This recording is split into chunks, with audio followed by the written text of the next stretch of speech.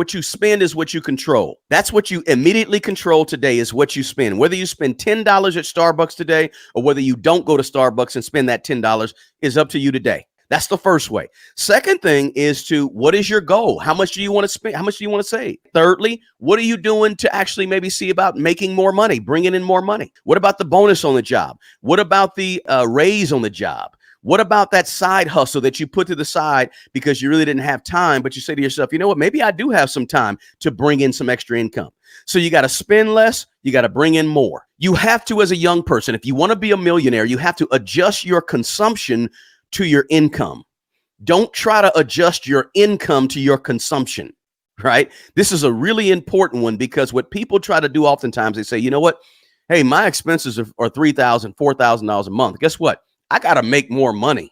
So this is the first place people go when they want to make more money. They think they just got to, when they don't have money, I got to make more money. But I'm saying you need to see what you make, and then you have to adjust your expenses accordingly. You have to adjust your expenses to your income. Stop trying to say, I make certain amount of money and I have all, how can I make more money? Do not, and this goes back to the question that was asked. Don't go first to the make more money. First go to the, how can I spend less money? It's not, listen, it's not something that most people talk about, doesn't get you clicks, doesn't get you views on IG, but it's important to control the expense side of your budget.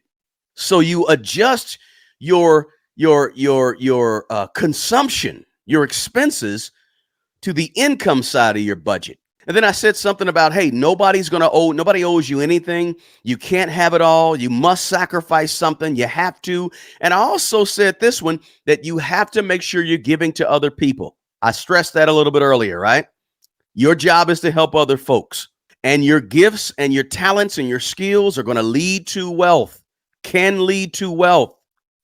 Your gifts, your talents, your skills. The earlier you find that out, the better you become at it, the more valuable you become at it, and ultimately the more money you can make at it.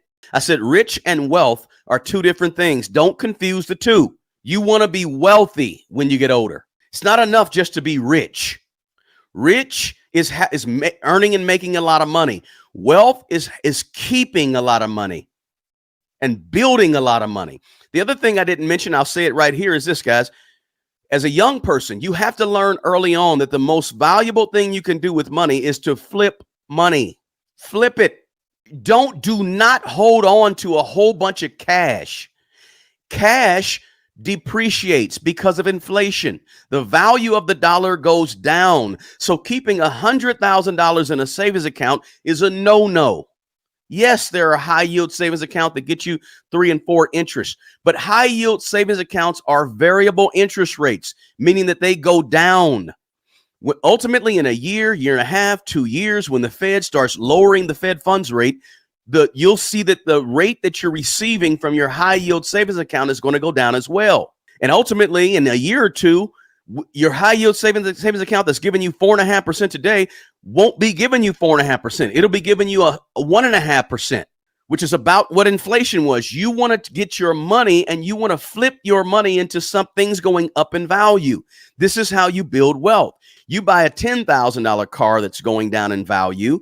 The car is going to be worth what? $3,000 in 10 years. I take my $10,000, go put it in the stock market. I'm going to have $20,000 in 10 years. I got 20, you got 3. Unless you flip money, you're not building wealth. You have to flip it into something that's more value and going up in value. That's how you build wealth. And you do that over and over and over and over with every dollar you get. The problem that happens with a lot of young people, the reason they don't build wealth is because they take that dollar that's depreciating because of inflation and they go and buy other things that are depreciating and going down in value. When you take $1 and buy Air Jordans, or you go buy a purse, or you go buy concert, that stuff is going down in value like a rocket. And you're throwing money out the window when you buy those things that are going down in value. The job to get you to build wealth is to buy things that go up in value. That's the kicker. That's why you want to invest in stocks or ETFs or index funds. That's why you want to invest in real estate.